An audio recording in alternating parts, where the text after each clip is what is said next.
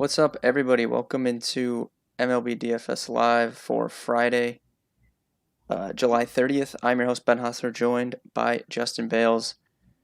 Bales, we have a huge slate on tap tonight. Lots of games, lots of craziness with the whole trade deadline at 4 o'clock. There were some trades filtering in even after 4 o'clock.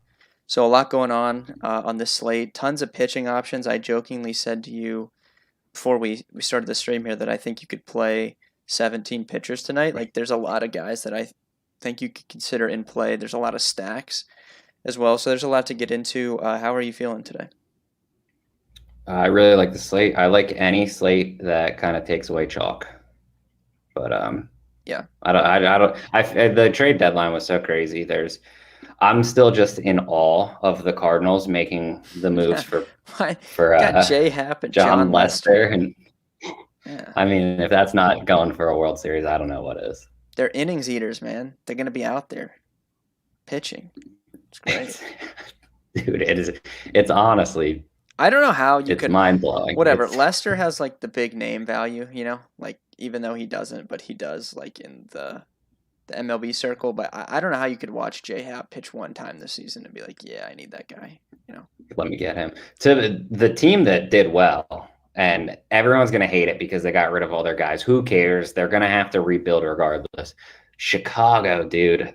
I mean, Yeah. Nick Madrigal is good already. What do they want? I don't know what these people. I saw people on Twitter like just freaking out like Cubs fans. Like they win one ring and what? They expect to get one every year? Like do these Yeah, people not no. forget that they just waited 100 years to win a World Series and then they won one? Like what are you mad about? Like it didn't work out. After that World Series, it just didn't work out how how they thought it was going to. But I mean, what are they supposed to do at this point?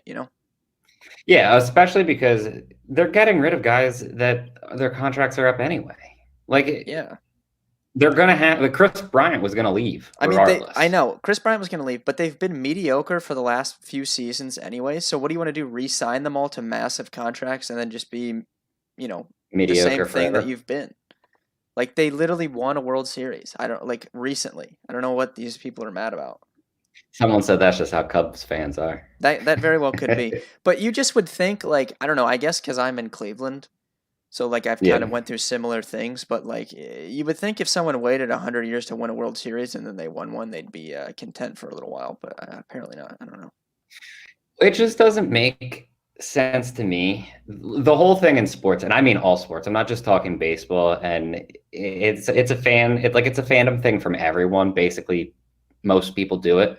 But when you think about it, like everyone's like, "Oh, how does it feel to be a Green Bay fan and watch them choke in the NFC Championship?" It feels great. I'm watching my team play in the NFC At least Championship they're year good after every year. year, dude. Last year the Like, Browns was the first time they were good in my entire life, and it was like the most fun thing ever. yeah, everyone's like, they didn't win the World Series. They didn't win the championship. They didn't win the Super Bowl. Okay, one team does. Your Yeah. team's not going to win it very often. Enjoy the times that they do. Yeah, like the Patriots and stuff, that's an anomaly. Yeah, that also really kills the league for all other fans. Yeah, I agree. All right, if you guys have questions, start dropping those in. Let's start talking about some pitchers here. So I would say there's two big names at the top in Corbin Burns and Lancelin. It's funny to me that Lancelin is more expensive, just because I think at least for fantasy, Corbin Burns is significantly better. 36% strikeouts compared to 27% for Lancelin. Lancelin's a really good real life pitcher, just not as Yeah. good for fantasy, but he's still definitely in play on this specific slate. So I think those are far and away the top two. I think there's plenty of value on a big slate like this. So I think a lot of cash game teams on DraftKings and single entry are going to focus on jamming those two guys in together. I'm completely fine with that. No issues whatsoever. I think that's probably the optimal route. I personally like a lot of these cheaper pitchers today, so I might lock in Corbin Burns and then go with one of the cheaper ones. I don't know if you disagree with me. No, I agree with where your head's at. I think that Lance Lynn and Burns are fine, especially because it's not like you're not paying that much for Corbin Burns. Usually you would think that you're going to have to pay like around 11 for him. He's 10-2. Fine paying up for both of them. There's other pitchers at the top that I also believe you can use. Like Kevin Gossman has just been enjoying an incredible season. I don't like the matchup against Houston. That's the only reason that I'm kind of iffy on that. I also think that Framber Valdez is in a really, really good spot. No one's going to use him, like not a cash game play, but I don't know. There's just a lot of pitchers at 9,000 or above, because even like Chris Bassett, you're not really going to avoid using him. And I think that like Zach Gallen's talent puts him in play. It's just there's not really any way you're going to have me attacking the Dodgers right now. Yeah, I think so. Outside of those top two, I pretty much agree.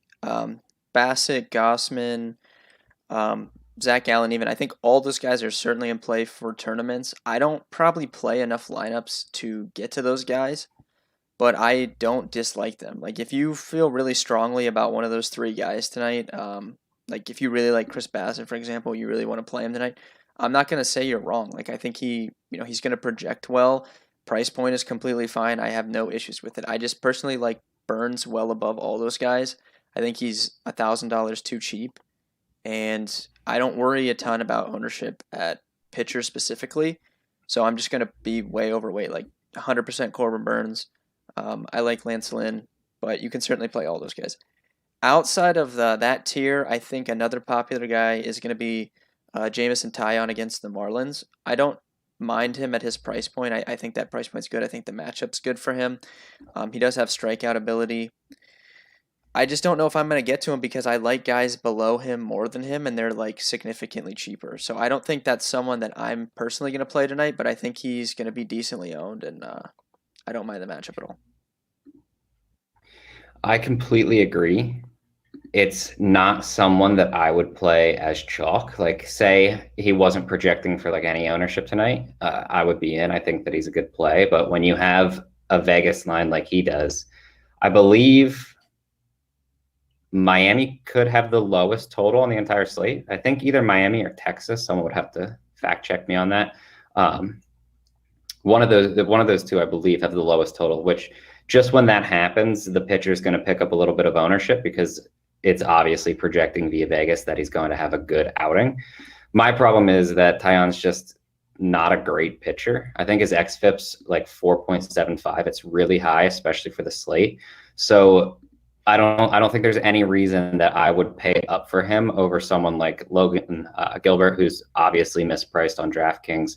Tuki Toussaint, we're going to talk about. But I feel like those two are just significantly better options. And it's not like they're a few hundred cheaper. They're like almost $2,000 cheaper. Yeah, I completely agree. So Tyon, personally, not someone I'm going to be playing today, but I do think he's going to be popular. And if you have a ton of conviction around him, don't let me talk you off him. I just don't personally think he's that great of a play on this specific slate. Dropping down, I think the sub 8K tier is loaded. So you have someone like Tony Gonsolin, I think you could play. You have Tariq Skubal, who I think you could play. And then you have Logan Gilbert and Tuki Toussaint, both who I think are really strong plays today. I know you like Gilbert. I think he's fine in all formats. You can play him in cash games or tournaments at that price in his matchup against Texas. I like Toussaint a little bit more. Toussaint's actually my favorite pitcher on the slate outside of Burns. I think he's way too cheap, right? This is someone that's always had really high upside. I know we have a small sample for his major league stats for this season, but sub 3 Sierra, 29% strikeouts. Really his main issue has always been walks, and his walk rate, although it's only 2 starts, under 4%. So he's looked really good. Good matchup against the Brewers, right? Their projected lineup for tonight, combined WOBA below 320. They're going to strike out a good amount. So I think it's a good matchup for him, and I really like him at that price tag. Yep, I 100% agree. I think a thing that you could do more or less, probably in tournaments, I doubt you go this route in cash, but you can play Gilbert and Toussaint together just because in cash, you probably want to make sure you lock in Burns as your SP1 if you're not going Burns, Lancelin. But in tournaments, I think that you can spend down on both pitchers because Gilbert and Toussaint both have the 30-plus fantasy point upside. So it's not like you're giving up any of the upside. It's just that they're not generally as consistent as someone like Corbin Burns. So I think that's a really good route. The only guy that I guess I would add into that kind of situation, and I don't love him personally, but I think it makes sense, is Ryan Weathers. I mean, he's 6,600. He gets a matchup against Colorado. It's just he isn't overly impressive to me. I do think that at 6,600, it's reasonable. On any other slate, I feel like he would pick up a little bit of ownership, but with like Gilbert and Toussaint right around him, people probably don't go there. So that's kind of another way to get a little bit weird. I wanted to quick ask your thoughts on one guy because I'm actually pretty baffled at what is happening with him tonight. So when you look at the Vegas odds, the Mets are a minus 135 favorite in a game set of 8 runs. Basically suggests that Carlos Carrasco is going to throw a decent amount. And then when you look at his strikeout prop, it's set at 5.5, which also would suggest that Carlos Carrasco is going to throw a decent amount. But he hasn't thrown more than 3 innings yet this season. What are you doing with him? Do you think he's on a pitch limit? Because I would be shocked if he throws more than 4 innings max, probably, especially with the way that the Mets handle guys that are coming back from injury. And it seems like everything's kind of projecting him for 5+ innings. Yeah, I mean, without any actual information on that, you would have to think he's going to be on some sort of a leash tonight, right? I don't necessarily know if it's going to be 3 innings because he could come out and be really efficient, right? Like he could get through 2 innings and 20 pitches or something like that. I have no idea. Yeah. But I don't think he's going to go a full workload whatsoever. I would guess I think he could get to 5 innings if he's efficient, but if he runs into some trouble in 1 inning, it might only be 3 or 4. It just depends. But I don't have anything set in terms of pitch count because I haven't dug into specifically how many pitches he threw in those rehab starts. But it's just someone I'm DFS wise not going to be playing him tonight with all these cheap guys. As far as the 5.5 prop for strikeouts, I don't know. That's tough. That kind of feels like a trap, though, right? Yeah, that's what I think too. It looks like he threw 38 pitches, 3 innings, 38 pitches in his last outing. Okay. So and it said that the way that pitchers throw, generally most would believe he'll be stretched out to 4 innings. Yeah, if he threw 38, if he topped out at 38, I would guess you're gonna get mid to high 50s. Max. Yeah, I was gonna say absolute max 60. Yeah, I would get 60's probably in there. That's probably I guess I would guess 55 to 60. I don't know. It's a weird situation. That's just tough. I don't think it's a hard situation for fantasy. You're just not going to play him. I do actually think it's pretty interesting for his over-under of being 5.5 strikeouts because if he's limited to 60 pitches, you're going to hit that under for sure. The other thing that I was thinking was he threw 38 pitches in that game and 32 strikes. So what are the chances that he's that that efficient in his first game back at the major league level, right? That seems too efficient to follow through, doesn't it? Yeah, what book has his strikeout prop on it? I haven't I saw it this morning. Okay. And it was just on Bet Karma. I didn't look at the actual books. Oh, okay. Because I was looking at DK and I don't see him Do they not have? Did they pull it? I don't see him on there. So maybe that was something that got posted, and then they took it off or something. Yeah, that would make sense for sure. But it might be on somewhere. If anyone's watching and they're bored and they want to check and see if he's on other stuff, but I had DraftKings Sportsbook up and I don't see him on here, so I don't know. Pretty much agree with you, though. I don't think there's anyone below 2K that I need to play today. Because a lot of those guys are just too cheap. That's 4 quality options in the sub 8K tier that I really think that are completely fine on the slate. So I don't need to mess around with the super cheap tier. If you guys have questions on any other pitchers, go ahead and ask. Like I said, there's a lot of guys that I think are in play today. I'm going to try and narrow my pool down because I don't play that many lineups. I'm going to play Burns on every team, and I really like Tukey. And I like Gilbert a good amount, and I like Lancelin. Like that's the guys that I'm probably primarily going to be focusing on, unless you want to get weird with Gonsolin or Scooble for cheap as well. Yeah. All right, stacks. I think I'll let you like lead off here with stacks. I think how I would look at this though is like Toronto's kind of the clear number one stack against Lynch. He just hasn't like had it at the major league level, right? Like he's probably going to be good eventually, but he has looked overmatched at least in the early goings here. And I mean, Toronto's going to send out 6, 7 guys that have 40% or more hard contact rates against lefties. So it's just a really tough matchup for him. So I think that's number one. I don't know if there's a clear number two stack on this slate outside of them. Like I think there's a lot of stacks that are Nope. going to be in that conversation, but I think outside of Toronto, like you're going to see ownership spread out. And I have some I really like, but I'm going to let you go first here, and then I'll get mine.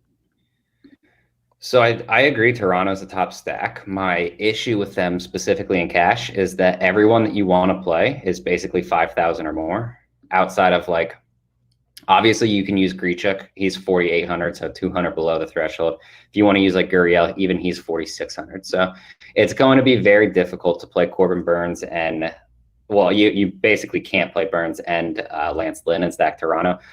But I do think that that would be an advantage to playing or paying down for two pitchers like Gilbert and Toussaint. Outside of them, I think my number one is probably Philadelphia against Will Crow. I think they're really good. I really like Detroit against Matt Harvey. I like San Diego against John Gray, and I like the White Sox against JC Mejia. I think those are probably the clearer options. I don't really want to mess around with St. Louis, even though I do like the matchup. The Dodgers have a really high implied total at 5.3. I'm not attacking someone like Zach Gallen though, especially on this big of a slate. So I think if I had to pick like easily my top one, it's probably going to be Philadelphia. And then I think that in a tier below them, you have all three of Detroit, San Diego, and the White Sox.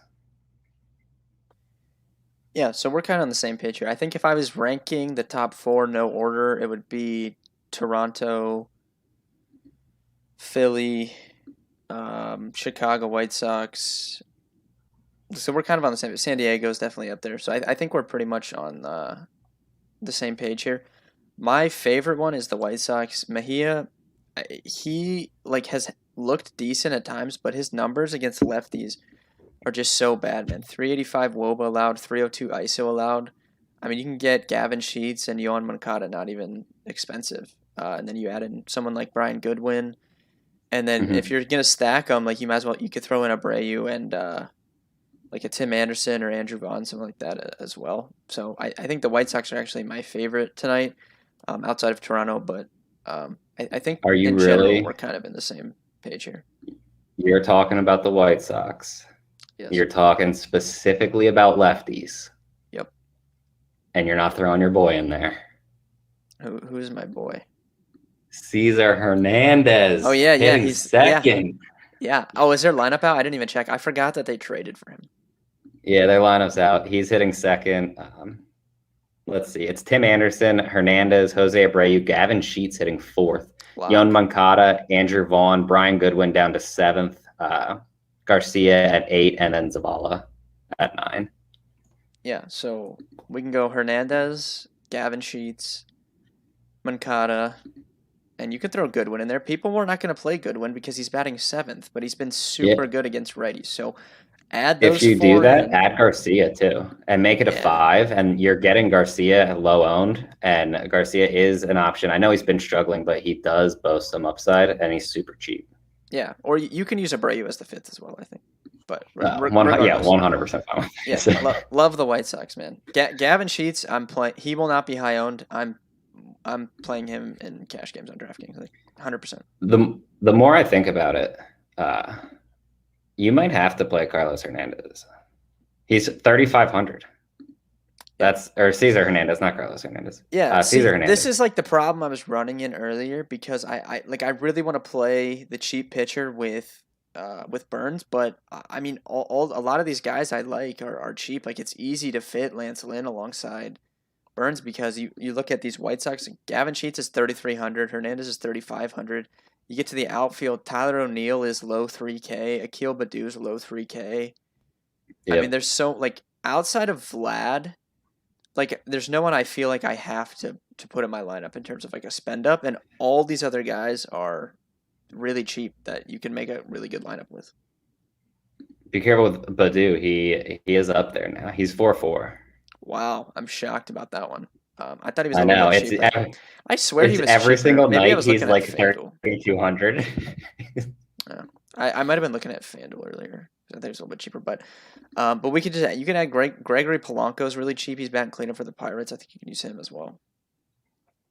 Yeah, there's a ton of options. It's honestly like they I wish they would just price everyone up realistically. Like I don't know. It's just we're still at the point where there's very like clear guys. Like why is Hernandez 3,500? He's over his last 10. He's hitting 300. He finally has power. He's now hitting in the White Sox lineup. He's hitting second. Like it just doesn't make any sense why he would be under literally even 4,500 and probably even closer to like 5K. Yeah. Or Whit Merrifield at 4,600. Yeah, you should definitely be more expensive. But I think there's a number of guys on the slate I think should just be more expensive, you know? Yeah, no, I completely agree. All right, let's get into the positional plays here. We're going to start off at catcher. I do not know what I'm going to do at this position yet. A lot of lineups aren't out yet. I know, like you mentioned, Zavala's batting ninth for the White Sox. Like he's mid-price on DraftKings, so I could see playing him. But I also don't know if I'm going to need those savings. So I think, spending up for someone like Real Muto is definitely in play. Our boy Eric Haas, who we are big fans of here, is up to 5K. Big price hike for him, but I mean it's warranted. So I could see spending up. Even Wilson Contreras, I could see playing him as well. So I think spending up is completely on the table tonight. But if there's a quality like top of the order cheap guy that opens up, I might just look that way. Yeah, I agree. I think my favorite might actually be Will Smith, which is funny because I don't want to attack Gallen, but Will Smith has been just scorching the ball. Outside of him, I do think you can spend up for like Wilson Contreras or JT Realmuto. Eric Haas, I'm never going to really say no to him at this point. Spending down, I feel like at 3,100, Austin Nola is just way too cheap for how good he actually is. And then besides that, you can just get to some punt. Zavala's honestly probably going to end up being the best option. I don't really see anyone else that you're going to use instead of him, but there will be some other plays. That's just how it works on a 15-game slate. Yeah. Severino, I think, is in play under 3K. He homered last night. He's actually been hitting the ball pretty hard. He hits the ball hard against the lefties. Skubal does give up, a home run or two. So that could be someone you could consider. Yeah, I like that. I just played Severino. I played him all the time the other year. Like I think it might have been last year. And then the other night was the first night that I played him the entire season, and he hit a home run. And I was riding him in 2020. Just like every time I used him, he was scoring like 20 fantasy points. And then the first time I did this season again, he scored like 20. So maybe I just have the magic touch for Pedro Severino. Yeah, we need you to play him then tonight. I actually almost played him last night when he homered, but I ended up using, I think I used Alfaro. Maybe that was 2 nights ago. I don't know. Whatever night. It was last night or the night before. It didn't matter, but I just was laughing because I almost used him, and he was like 0.5% owned, and then I saw like the notification that he hit a home run, and I was like, oh my gosh, of course. That's how it goes, That's just how it goes. First base, I think you and I will agree Vlad Jr. is probably the top overall play here. One of the top overall plays on the slate. Outside of him, you have Ohtani. If you can afford him, you can use both of them since you can use him in the outfield.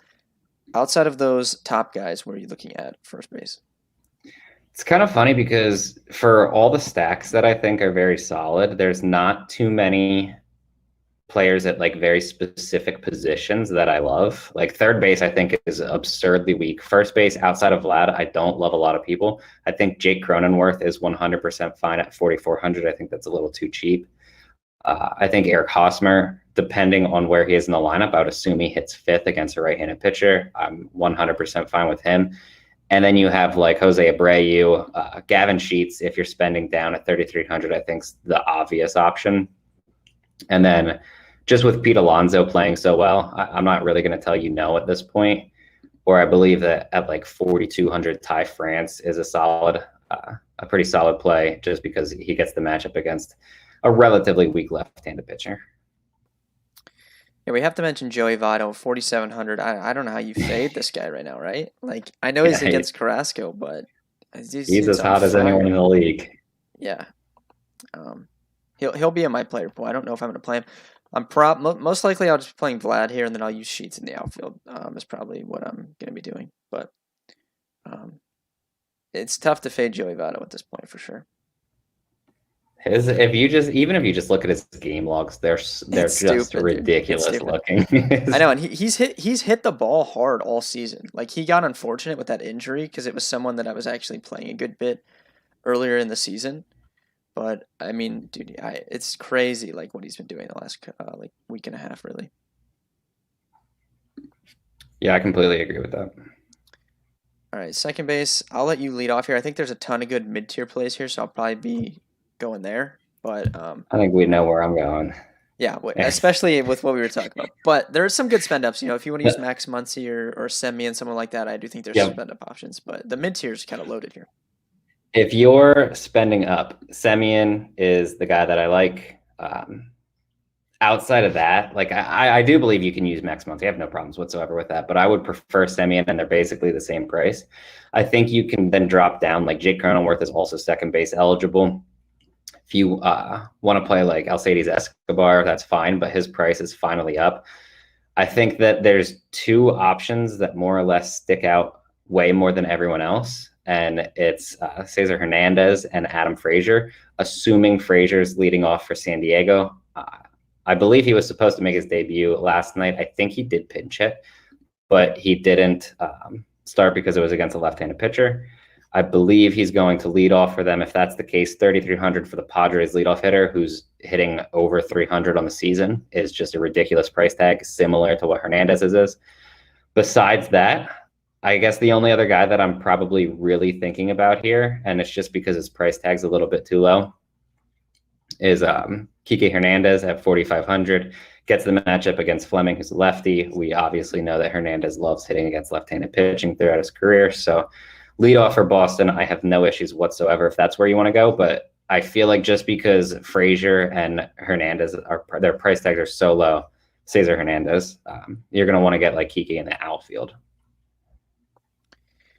Yeah, I mean, you covered it pretty well. If you look at the mid tier, I mean, you have Jonathan Scope, Adam Frazier, Cesar Hernandez, Brad Miller. All these guys, I think, are cash game playable. So I really like the mid tier here. Hernandez, he also gets the revenge narrative, right? Against the Indians. I mean, they just traded him. Oh yeah, I didn't even realize that they play each other. I didn't think of it at first, but yeah, I don't know. Has he played since they traded him? I don't know. I don't think so. Has he? He got traded yesterday. Okay, so yeah, I don't see how. Right, today's the first game. Little revenge narrative. Maybe he pulls an Abe Toro and just can't stop homering against his former team. That would be sick for us. Yeah. But yeah, mid tier's loaded at second. Third base. Is this the position you said you hated earlier? Oh, hey. There isn't a single play that I legitimately like on the entire slate. Oh, come on. Yohan Moncada, 4,500. Home run call. I'm giving it away. That's my home run call. Lock him in at third base. Move on. He's my favorite option of the entire group. I don't love it. I don't know. I don't love it. Yeah, outside of him, it is pretty tough. You can use Jeimer Candelario against Matt Harvey, I think, for sure. There's some other cheaper guys. Like, I don't really want to go out of my way to attack Carrasco, but Suarez is still really cheap. Under 4K, I think he's completely viable on DraftKings, but I'm just going to be playing Yohan Moncada and moving on, I think, here. Yeah, I think that's a good idea. If you want to spend up, like Manny Machado's 4,900, he is on fire, playing extremely well. If you want to just use someone that's in a good spot, Alec Boehm, 4,100 is a bit expensive for him, but he's hitting fifth for Philly and obviously gets the matchup against Will Crow. Besides that, though, I mean, It's a pretty ugly position. If you want to go down to like 3,100, you have Abe Toro. Yeah, he's been on fire since he got traded. Don't think you need him on this specific slate, but Mm-mm. I guess if you just wanted a low end one off, you could consider it. Um, Shortstop's honestly kind of the same for me as well. Like I think you have Tatis Jr. at the top there. Like he's the top projection, one of the best plays on the slate. You can certainly play him. Outside of him, who do you love here? I think Didi is in play at 4,400, but that's not even that huge of a discount. Yeah, I was thinking the same thing. I mean, I think my favorite play is probably honestly Bo Bichette. I'm not going to try to convince you off of Tatis, though. Like, if you can get to him, 100% feel free. I feel like you're going to try to do everything in your power to get to one of those two. And then outside of that, I think it's Didi Gregorius. I don't really think that there's much of anyone else that I'm overly interested in. Yeah, it's a tough position. I'll probably save shortstop for last, unless I'm stacking. I'll just save that position for last, I think, because I don't really know what I want to do there. I'll have to see how much money I have left. Yeah. Finishing up at outfield, tons of spend up. So we'll break this and we'll go like 4,500 and above for the first tier. I think in terms of top spend ups, Otani, Bryce Harper, and Nelson Cruz against the lefty, I think are probably my favorite three if you're spending up on someone tonight. I really like all of them. I would add George Springer into that tier. I think Springer actually might be my favorite play for his price. He's about 1,000 cheaper than someone like Harper. But I agree that all four of them are just elite plays tonight. Yeah, stacked position tonight in the mid tier. Akil Baddoo, who we talked about, I do think is in play, Yep. but I think some of these guys are just too cheap, right? Like Tyler O'Neill at 3,300. I don't know why he's that cheap, to be honest. Like, that feels like a lock.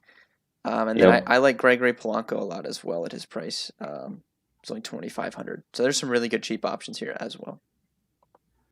100% agree. I mean, I'll add in Brad Miller. We didn't talk about him a second because there's so many good options, but Brad Miller's 4,100. I don't know if you plan on playing him for 3 home runs again tonight, but I do think he's a good option. I think Robbie Grossman at 31 is just kind of a stupid price tag. Even like Dylan Carlson at 29 is just too cheap. I also like Andrew McCutchen, even though you're not really getting a discount on him anymore. It's just that I really like Philly tonight.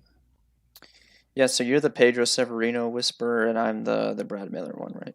The Brad Is Miller that how this one. works?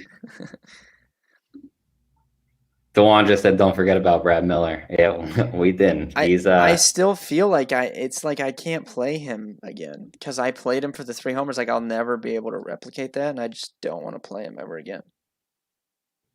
but what if you do play him and he hits 3 more? What if I don't play him and he hits 3 more? Then I'll feel like I missed out, Yeah. So you gotta get him on that 3 home run night and then retire from fantasy forever because that's it. It's Yeah, nowhere to go but down after that. that's very true. I think we covered the slate pretty well. If you guys have any questions, go ahead and ask. I gave away my home run call already. It's Yohan Moncada. If you guys weren't watching, you can go back and hear that in the positional analysis. Who is your home run call for tonight? I'm gonna go with Mike Zunino. Nice, I like that. He is in play at catcher in that low 4K tier. I could certainly see Yeah. myself using him if I have enough money. Yep. All right, thank you guys for watching. We do appreciate it. You want to head over to dfskarma.com, check out all of our free content. Bales has his breakdown up for tonight. I have game theory up. Final thoughts will be posted after this stream. Core plays, you can get access under the MLB tab or under the shop tab. And with that being said, good luck tonight, guys. We'll see you guys on Monday.